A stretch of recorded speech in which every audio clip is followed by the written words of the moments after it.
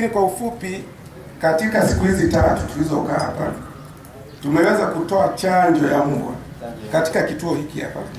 Tumechanja mbwa 198, lakini tumetoa vizazi kwa mbwa majike ili kuzuia wasizaane ovyo, mbwa 31. Alafu tumetoa vizazi kwa mbwa madume ili wasiendelee kuzaana ovyo, mbwa 52. Lakini kulikuwa na mbwa walikuwa na kansa ya kizazi, na wenyewe tumehudumia, ni mbwa 4. Hiyo ni kwa kituo hiki hapa tu cha wilaya cha Babati hapa. Lakini ukijumlisha na wilaya nyingine, tuna zaidi ya wanyama ambao tumewafanyia operation zaidi ya 120 kwa muda wa siku 4 hizi. Tumetambua kwamba katika mkoa wa Manyara hakika kuna uchache wa wataalamu wa mifugo.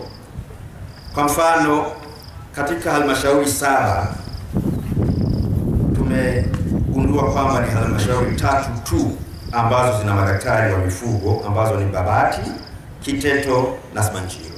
Wengine hakuna madaktari wa wanyama. Na pia hata kwa ngazi ya mkoa, kwa kawaida huwa tunatakiwa tuwe na daktari wa mkoa ambayo anashauri secretariat katika kuratibu shughuli zote za mifugo.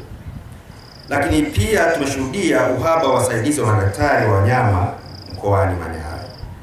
Hii inaleta changamoto sana na kupunguza ufanisi wa utoaji wa huduma za tiba ya mifugo na kukinga na kudhibiti magonjwa, kwa sababu kuna masuala mengine yako kisheria zaidi.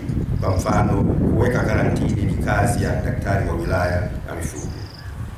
Na pia tumeshuhudia, nilikuwa field jana kwa Dareda kule, uelewa wa wafugaji unakuwa ni wa chini, na hasa upande wa kutunza mifugo na pia elimu ya utambuzi, kuzuia na kudhibiti magonjwa mbalimbali kwa Manyara. Ombi letu kwa mgeni rasmi na kwa serikali ni kujitahidi kuongeza ajira za wataalamu hawa, wakala za madaktari wa wanyama na wasaidizi wao, ili sekta hii ya mifugo kwa kweli ifanye kazi nzuri katika kuchangia pato la kaya, pato la halmashauri, pato la taifa, lakini pia msaada mkubwa kuzuia yale magonjwa ambayo yanahama kutoka binadamu kwenda kwa wanyama kwenda kwa binadamu. Haki ya mnyama iliyoheshimiwa, cha kwanza kabisa ni tunatakiwa tuendelee kutoa elimu kwa kasi. Yaani kurugenzi inayohusika na mambo ya ustawi ya afya ya mnyama inatakiwa itembee wilaya hadi wilaya, halmashauri hadi halmashauri, iendelee kutoa elimu juu ya sheria zinazohusu haki ya mnyama na ustawi wa mnyama. Ndio maana kila mara tunaomba serikali kwa kupitia Wizara ya Utumishi iendelee kuajiri maafisa ugani katika halmashauri zetu. Ni jambo zuri wafanya hivi kwa sababu wamesaidia zaidi ya asilimia nyingi sana kuwasaidia wakulima. Kwa hiyo tunashukuru Mungu kwa huduma zinazotolewa. Huduma hizi ni za gharama kubwa sana, especially kufanya operation ya kutoa kizazi mbwa, chanjo, huwa zina gharama kubwa sana. Sasa tunapofanya zoezi kama hili linalofanyika, inawaokoa sana, inasaidia sana sisi kupunguza gharama, kwa sababu especially leo ni bure, lakini mbwa mmoja huwa kawaida ni shilingi 80,000 laki. Ndio. Na hawa mbwa koko wanaozurura mtaani, jitihada gani zifanyike ili kuweza kufanyiwa matibabu kama haya? Serikali wameweka utaratibu wa kujaribu kuwaua hawa mbwa wanazurura mtaani, lakini kadri siku wanavyozidi na mbwa huwa wanazidi, na mbwa pia wanazaliana sana. Kwa hiyo sasa mimi ninachoshauri kwamba ni uhamasishaji, watu kupata taarifa, wapewe taarifa ya kwamba kuna tukio kama hili, alafu watu wajitahidi kuwaleta mbwa wapate huduma sahihi hapa. Watawaletaji wakati wanazurura mtaani, ni kwamba wameshindwa kuwatunza au kuwafuga, au tatizo ni nini? Maana wengi wanatoka vijijini kuja mjini kutafuta maslahi angalau lishe.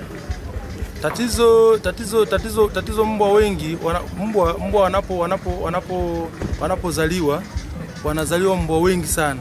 Sasa yani tuseme ni ufugaji holela. Mbwa wanapokuwa wengi sana, watu wanashindwa kuwamiliki mbwa wao. Huwa mara nyingi tunaongea na balozi wa mtaa husika, wakusanye wale mbwa ili waseme mbwa ni wanani na wanani, ili wakamate wale mbwa, washikwe, au wale watu wanafuga wale mbwa waweze kudhibitiwa wale mbwa wanayezurura. Nimenufaika sana kwa sababu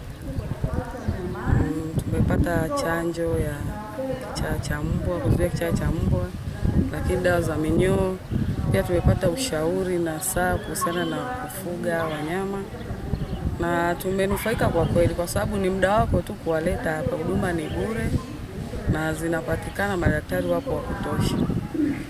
Nini ambacho kingesaidia kuhakikisha kwamba labda wafugaji wote wa halmashauri ya mji wa Babati na wilaya, mbali na kufuatwa vijijini, lakini wanaleta mifugo zaidi ili kuepukana na matukio kama hayo ya magonjwa ya vichaa vya mbwa na kadhalika?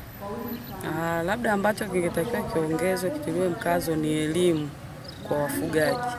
Tuwape elimu kupitia maafisa ugani waliopo kwenye kata na mitaa na vijiji.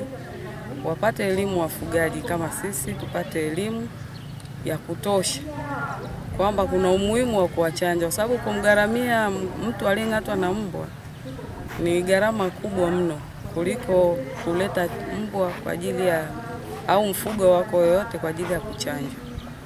Kwa hiyo ni vema elimu ikatolewa kwa jamii kwa utaratibu maalum. Hata kwenye vyombo vya habari tunatoa elimu, itolewe elimu kwenye social medias.